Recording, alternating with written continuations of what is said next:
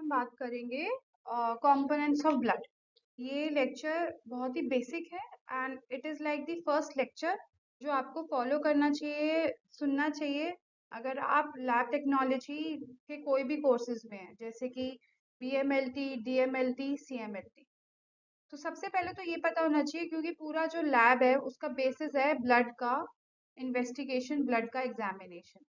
तो अब हम ब्लड के अंदर क्या देख रहे हैं, किस चीज़ की हम जांच कर रहे हैं, अगर हमें वही नहीं पता है तो आगे फर्दर टेस्टिंग सिर्फ मशीन के बेसिस पे करना बहुत ज़्यादा समझदारी की बात नहीं है, क्योंकि आपको यही नहीं मालूम चलेगा कि जो रिजल्ट मशीन दे रही है क्या वो ठीक है या नहीं। तो शुरू करते हैं सबसे बेसिक से कि आखिर ब्लड में क्या क्या होता है, हम टेस्टिंग किस चीज़ की कर रहे हैं, कौन से कंपोनेंट से, मतलब कौन से पार्ट से क्या चीज डिटेक्ट हो रही है और क्यों उस पार्ट को यूज किया जा रहा है डिटेक्ट करने के लिए। बहुत ही सिंपल भाषा में, हिंदी भाषा में बात करेंगे। इसमें सबसे पहले जो हमें तीन चीजें याद रखनी है वो है red colour, white colour, yellow colour. तो रेड से हम याद रखेंगे रेड ब्लड सेल्स। जिनका ब्लड सेल्स का कलर रेड हो उनको हम कहते हैं रेड ब्लड सेल्स। और रिपोर्ट में इसको लिखा जाता है आरबीसी, उसकी शॉर्ट फॉर्म लिखी जाती है। तो लैब में जब हम बात करते हैं तो उसमें भी हम आरबीसी बोलते हैं, हम उसको रेड ब्लड सेल्स करके बहुत लंबा नहीं बोलते हैं। अगेन, जो इसका जो वाइट कलर है उसको हम, उसके अंदर जो सेल्स हैं उनको हम कह रहे हैं white blood cells and platelets. Plate आप याद कर लीजिए और वाइट याद कर लीजिए। तो इसकी जो शेप है वो वाइट कलर की प्लेट जैसी है। तो डब्ल्यूबीसी एंड प्लेटलेट्स। अब आपने देखा है कि जो सबसे भारी चीज होती है वो, जब बहुत घुमाओ किसी चीज को और उसको फिर थोड़ा सा ठहरने के लिए दो टाइम, तो सबसे नीचे भारी चीज रह जाती है, उसके ऊपर फिर कम भारी और सबसे ऊपर पानी जैसा रह जाता है। सेम चीज ब्लड में भी हो रही है। अब ब्लड में सबसे ऊपर रह जाता है प्लाज्मा। अब इस प्लाज्मा के अंदर सब कुछ होता है, जैसे कि प्रोटीन, ग्लूकोज, हॉर्मोन्स, विटामिन्स, नमक, वेस्ट, एवरीथिंग। तो जितना भी आदान प्रदान हो रहा है सेल टू सेल, एक कोशिका से दूसरी कोशिका में, वो प्लाज्मा के द्वारा हो रहा है, क्योंकि प्लाज्मा में सब कुछ है। अब आरबीसी के अलग फंक्शन है, डब्ल्यूबीसी प्लेटलेट के अलग फंक्शन है, प्लाज्मा के तो हमने बताई थी। पर मेन बात यह है कि कंपोनेंट ऑफ ब्लड का मतलब ये नहीं कि ये अलग अलग घूम रहे हैं, ये एक ही फ्लूइड के अंदर मिक्स हुए हुए सारे सेल्स हैं। मान लीजिए एक पानी का ग्लास है, उसमें आपने शुगर भी डाल दी, मतलब चीनी, सॉल्ट भी डाल दिया, और आपने ऑयल भी डाल दिया। अब सबसे भारी जो चीज है वो सबसे नीचे आगे टिक गई, फिर उसके ऊपर सॉल्ट आके टिक गया और उसके ऊपर ऑयल आके टिक गया। ये हुई पानी की बात। सेम हम अब ब्लड पे अप्लाई करेंगे, सबसे नीचे आरबीसी आके टिकेंगे, फिर उसके ऊपर डब्ल्यूबीसी आएंगे और उसके ऊपर फिर प्लाज्मा आएंगे।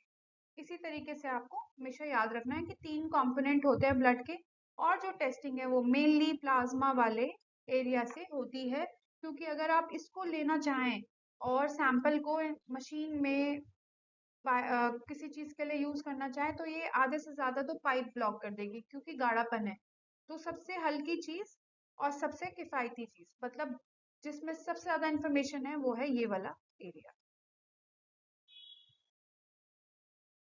जैसे कि दोबारा हम बात करें, हमने बात करी आरबीसी सबसे नीचे लाल कलर के, फिर बीच वाला जो ये एरिया है ये वाला, ये वाइट प्लेट, तो वाइट ब्लड सेल्स और प्लेटलेट्स।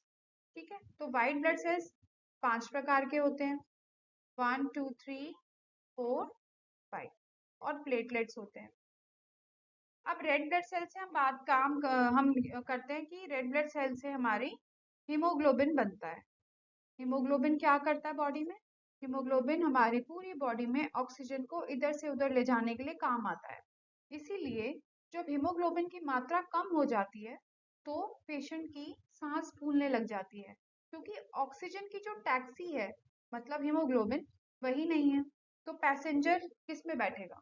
तो ऐसे ही ऑक्सीजन हीमोग्लोबिन के द्वारा इधर उधर पहुंचता है। हीमोग्लोबिन कम मतलब ऑक्सीजन कम। अब पेशेंट की सांस भी फूलेगी, पेशेंट को थकान भी रहेगी, क्योंकि ऑक्सीजन की मात्रा अगर जगह जगह नहीं जाएगी तो बॉडी बोलेगी कि मुझे ऑक्सीजन चाहिए, अब मिल तो रहा नहीं है, तो थकान। तो सबसे पहले पीलापन आएगा क्योंकि लाल कलर नहीं मिल रहा बॉडी को। सांस फूलने की सबसे पहले सिम्टम आएंगे क्योंकि ऑक्सीजन सही से नहीं जा रहा, और साथ में थकान, क्योंकि ऑक्सीजन जब नहीं जा रहा तो कम ऑक्सीजन पे अगर आप काम करें तो फिर थकान तो निश्चित है। ठीक है। अब ऐसे ही व्हाइट ब्लड सेल्स। अब व्हाइट ब्लड सेल्स 5 तरीके के होते हैं। तो अब आप सोचिए कि 5 चीजों की अगर कोई सेना बना रहा है, इसका मतलब उसका पर्पस है फाइट। अब फाइटिंग का मतलब अब बॉडी किस चीज को फाइट करना चाहेगी? बॉडी हर चीज को फाइट करेगी जिससे इन्फेक्शन होता है, हमारी इम्यूनिटी मतलब रोग से लड़ने की क्षमता कम होती है। तो हम फाइट कर रहे हैं रोग से, इसमें कोई इमोशनल फाइट नहीं चल रही है। वाइट ब्लड सेल का मतलब है हम डिजीज से फाइट कर रहे हैं। अब प्लेटलेट्स क्या कर रहे हैं? प्लेटलेट्स हम सबने सुने हैं क्योंकि हम डेंगू डेंगू बहुत सालों से, जब से बचपन से पैदा हुए हैं डेंगू से ही सब बच रहे हैं इंडिया में। तो डेंगू में प्लेटलेट कम हो जाता है। अब इतना घबराहट की क्या बात है, हो रहा है तो होने दीजिए। नहीं, प्लेटलेट कम होने का मतलब है ब्लीडिंग, क्योंकि प्लेटलेट ऐसी चीज है। आपने क्विक फिक्स देखा है या फिर आपने वो जो एम सील होती है वो देखी होगी। अगर कोई चीज बह रही है, पानी का कुछ बह रहा है, बहुत तेजी से पानी निकल रहा है प्रेशर से, और उसके ऊपर आप एम सील लगा दीजिए, तो क्या होगा? वहां से पानी बहना बंद हो जाएगा। सेम, अगर वहीं ब्लीडिंग है तो प्लेटलेट जाके तुरंत वहां पे इकट्ठे हो जाते हैं, ऐसे ऐसे करके ऊपर अपना थक्का जैसा बना देते हैं, जिसको हम इंग्लिश में मेडिकल टर्म में क्लॉट कहते हैं। अब ये जो क्लॉट है ये ब्लीडिंग नहीं होने देता है, वहां पे वो ब्लीडिंग को रोक देता है, रास्ता बंद कर देता है ब्लीडिंग का। तो इस तरीके से प्लेटलेट काम करते हैं। और प्लाज्मा का जैसे हम बात कर चुके हैं कि सब कुछ हॉर्मोन्स, प्रोटीन, वाटर, गैसेस, सब कुछ होता है इसमें। तो प्लाज्मा से हम टेस्टिंग करते हैं हमारे लैब्स में। अब इस स्लाइड का सिर्फ एक ही मतलब है कि हमें ये पता करना है कि कौन सी चीज कितनी परसेंट है। तो सबसे पहले देखेंगे सबसे ज्यादा 55% प्लाज्मा है, और सबसे ज्यादा यूज होने वाली चीज भी लैब में यही है। तो 55% प्लाज्मा, और ये जो छोटी सी वाइट प्लेट है ये ओनली 1%, जिसको हम बफी कोट कहते हैं। तो बफी कोट आपको याद रखना है कि प्लेटलेट्स और डब्ल्यूबीसी के मिश्रण को बफी कोट कहते हैं, और उसके नीचे आरबीसी थे, वो 45% है।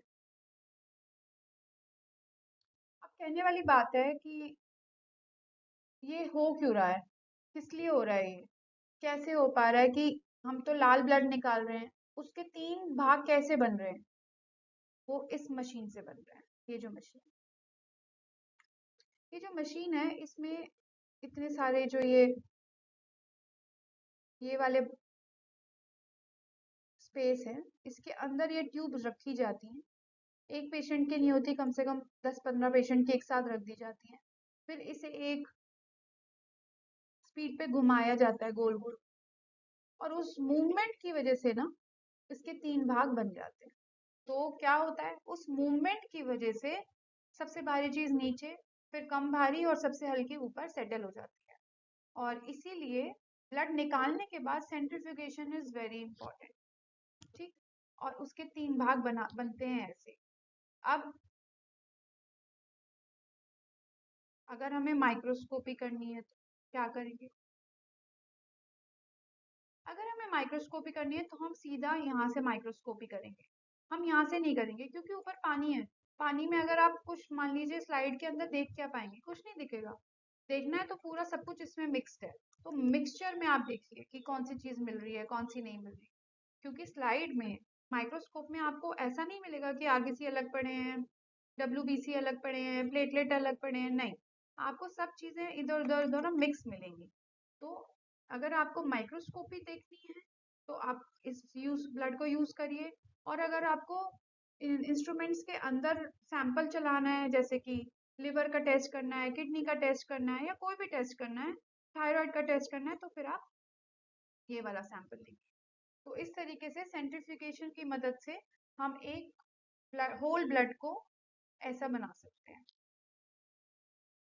अभी जैसे हमने डिस्कस किया कि होल ब्लड का मतलब जो सिर्फ अच्छे से मिक्स हुआ हुआ है, मतलब उसको बस हमने मिक्स किया है, पर उसको हमने घुमा के अलग अलग लेवल्स नहीं किए हैं। तो माइक्रोस्कोप के नीचे जब हम उस ब्लड को देखते हैं तो कुछ इस तरीके की पिक्चर दिखती है। डब्ल्यूबीसी दिखते हैं, बीच बीच में हमें सॉरी रेड ब्लड सेल दिखते हैं, फिर बीच बीच में हमें डब्ल्यूबीसी दिखते हैं और प्लेटलेट्स दिखते हैं। ये माइक्रोस्कोपिक पिक्चर है एक नॉर्मल पेशेंट की। कुछ इस तरीके का पिक्चर आपको माइक्रोस्कोपी में दिखेगी।